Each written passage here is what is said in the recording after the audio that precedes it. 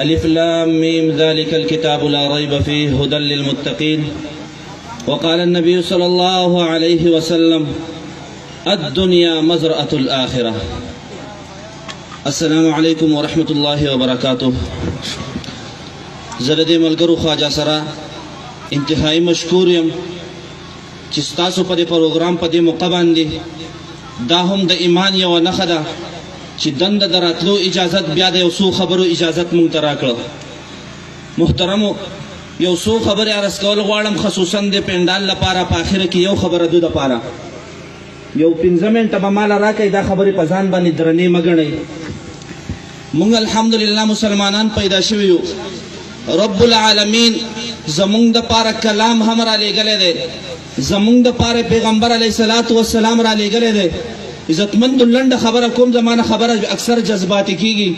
هغه پیغمبر علیه الصلاة والسلام په رب کعبه باندې قسم چې هغې خپله وینه مبارکه د دین دپاره او د صحابه کرامو دپاره مسلمانه نن زما او ستا دپاره چې د جهنم نه بچ شو دې دپاره خپله وینه ورکړې ده.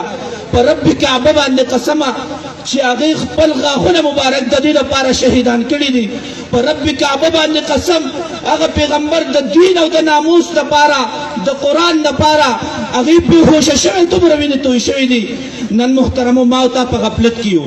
موږ ته ګناه نشته په دې دومره خبره، دوی ته ګناه نشته، صرف او صرف ما او تا شیطان دوکه کړي یو. یو عهد کوم ډېر په عاجزانۍ دغه سره دا پټکې تاسو ته ټول د په خپو کې ږدم. عزتمندو، دا خلک د رب العالمین بندګان دي زمونږ په شان دي. هسې نه چې د قیامت په ورځ دوی جنت ته لاړ شي، موږ دوزخ ته لاړ شو. هسې نه چې د دوی په بې عزتۍ باندې رب ما او تا جهنم ته ولېږي.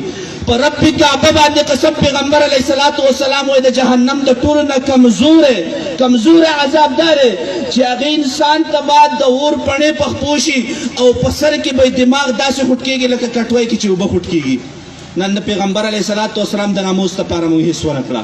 نن زموږ مسلماني دومره کمزوري راله.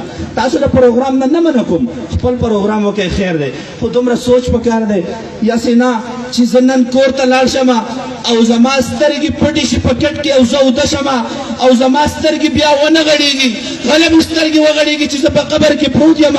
زما د رب باره کې مانه تپوس کېږي، زما دین باره کې مانه تپوس کېږي، زما د پیغمبر باره کې مانه تپوس کېږي او زه بیا به سل پاس ورکوم.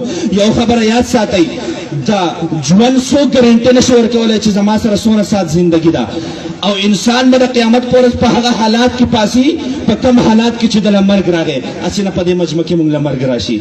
ټول لپا د عهد وکړو، دا دې توبه وباسو، د دې خلکو د زندګۍ سره دې لبې نه کوو، د خپلې زندګۍ سره دې لبې نه کوو.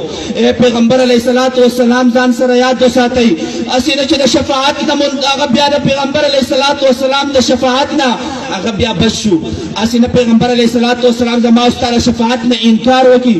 د قیامت ورځ لویه سخته ورځ ده. آدم علیه الصلاة والسلام پیغمبر دی، خو چې راشي وایي یا رب نفسي یا رب نفسي، ای ربه زما به څه کېږي. موسی علیه السلام وایي ربه زما به څه کېږي. ابراهیم علیه الصلاة والسلام د دین دپاره اور ته اتاو شوی دی، دغه پیغمبر وایي ربه زما به څه کېږي.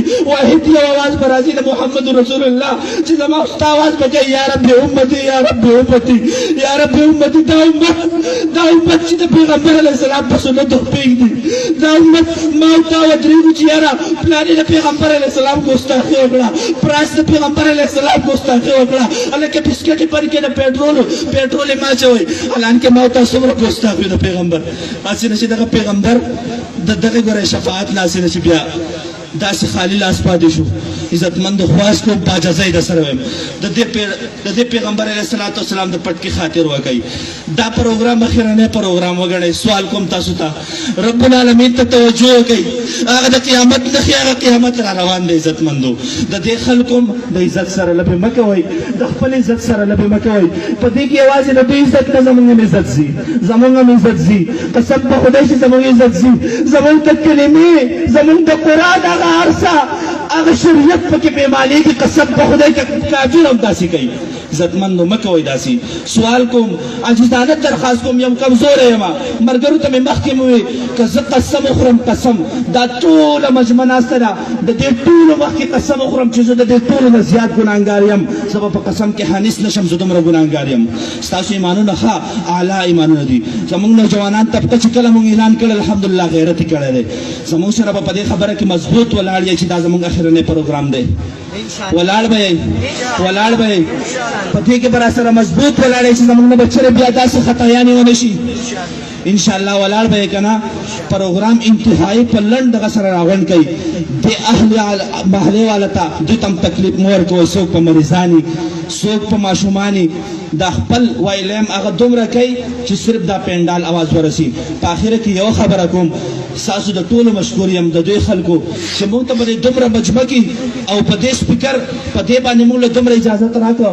الله پاک ما چې څه وي رب العالمین دې ما له او تاسو له د عملو کولو توفیق راکړي آخره کې چې دا څومره خواجه سره میلمانه راغلي دي ما دې ملګري ته وویل ستاسو نوم دی ملګری څه نوم دی وزیر صاحب هغه وزیر صاحب ته ما وویل چې دا میلمانه به اخره کې زما سره لازم کېږي موږ طلبا راویستو دغلته خو دلته چې ټیپ لګېدلی دغلته موږ ختم کوو داسې نشي کېدی د قرآن مجید بې حرمتي ده موږ د ښکته مدرسې ته جومات ته ځو مدرسه کې زموږ سره بیا خپل جدا ځای دی موږ هلته ختم کوو تاسو پروګرام به ورته ختم شي او دو به بیا راځي زموږ سره به د هغې ختم په دعا کې شریک کېږي او یو پیاله چای بس کېږي موږ له چې سم ټایم راکړو تاسو په امن سره انشاءالله تاسو ته به په امن سره دغه کېږي زموږ سره به صرف یو پیاله چای وڅښئ په دعا کې به زموږ سره شریک شئ او محترمو دا خبره واورئ د دې خلکو د عزت سره لبه مه کوئ هسې نه زما او ستا په خاندان کې څه به پاتې شي د دې خلکو پر یاد که ما ورته لږ ورته واورېدو قسم دی د زندګۍ نه د سړي نفرت پیدا شي ځان ورته بادشاه ښکاره چې زه خو بادشاه یم بادشاه د دې خلکو د زندګۍ سره لبې نه کول د نو سره تعاون کول خو د تعاون جدا جدا طریقې دي دا طریقې نه دي چې پیسې ونولم د دې باقاعده تپوس کېږي نو انشاءالله ټول به په دې خبرو متفق یو الله پاک دې زموږ ایمانونه زموږ جانونه زموږ مالونه محفوظ کړي پیغمبر علیه الصلاة والسلام دې د قیامت په ورځ چې کوم شفاعت کوي زموږ نصیب کړي نن چې موږ کومه توبه وباسو رب العالمین دا زموږ اخرنۍ توبه ده دا رب العالمین اخرنۍ پروګرام دی داسې توبه وباسو چې بیا به انشاءالله داسې پروګرام نه کوو نه به داسې پروګرام له زو که څوک کوي د دې پروګرام به مونږ مخالفت کوو ټول به داسې کوو که نه الله پاک زموږ توبه قبول او منظوره کړي